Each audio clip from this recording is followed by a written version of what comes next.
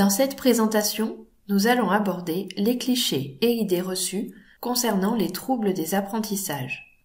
Les troubles des apprentissages, ou troubles 10, sont une nébuleuse de troubles pouvant concerner une ou plusieurs facettes de l'apprentissage. Dyslexie pour l'apprentissage de la lecture, dyspraxie pour les gestes, dysorthographie pour l'orthographe, dyscalculie pour le calcul, dysgraphie pour l'écriture, dysphasie pour la communication orale. Ces troubles sont comorbides, c'est-à-dire fréquemment rencontrés ensemble.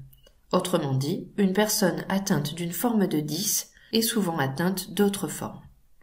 Bien qu'il s'agisse probablement du trouble neurodéveloppemental le plus connu, la recherche en neurosciences cognitives à son sujet en est encore à ses débuts. Nous disposons malheureusement de peu de données pour comprendre les mécanismes à l'œuvre dans la combinaison de ces troubles multifacettes. Les recherches en imagerie cérébrale ont cependant permis de mettre en évidence une utilisation atypique des réseaux cérébraux.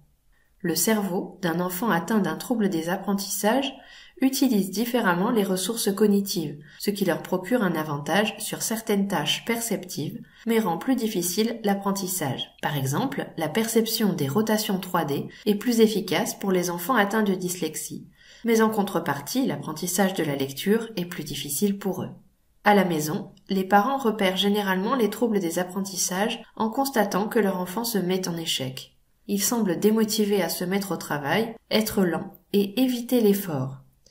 En poussant l'enfant malgré cela, les résultats obtenus stagnent ou restent médiocres. À l'école, l'enseignant va repérer des lenteurs et un élève en difficulté. Le trouble peut se manifester dans tous les domaines de l'apprentissage. Par exemple, un enfant dyspraxique sera lent à acquérir la compétence pour s'habiller ou lasser ses chaussures, tandis qu'un enfant dyscalculique aura du mal à additionner des chiffres. De façon générale, on gardera comme point à retenir que les enfants sont naturellement curieux et aiment apprendre. En conséquence, si un enfant semble fortement démotivé et ne pas vouloir apprendre dans un domaine, cela doit être compris comme un signal d'alarme pouvant indiquer un trouble des apprentissages ou un autre trouble psychologique. La réalité est qu'un enfant atteint de troubles des apprentissages a un cerveau que l'on pourrait qualifier de trop bien rangé. La mémoire humaine est structurée et forme ce que l'on appelle des schémas mnésiques. Dès la naissance, nous venons au monde avec des prototypes de schémas précablés qui vont ensuite s'adapter pour s'ajuster au monde environnant.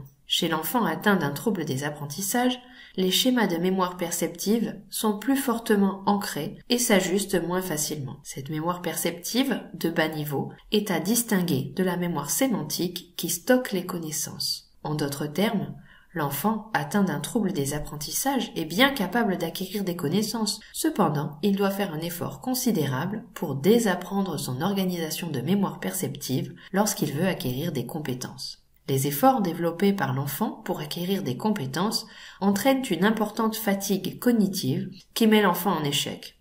Lorsqu'il s'entraîne sur des compétences cognitives, il se fatigue et se décourage. Et si l'apprentissage est trop difficile pour lui, il apprend progressivement qu'il est incapable d'apprendre et perd confiance en lui. On peut alors parler d'une impuissance acquise. L'enfant développe progressivement la croyance qu'il est incapable d'apprendre.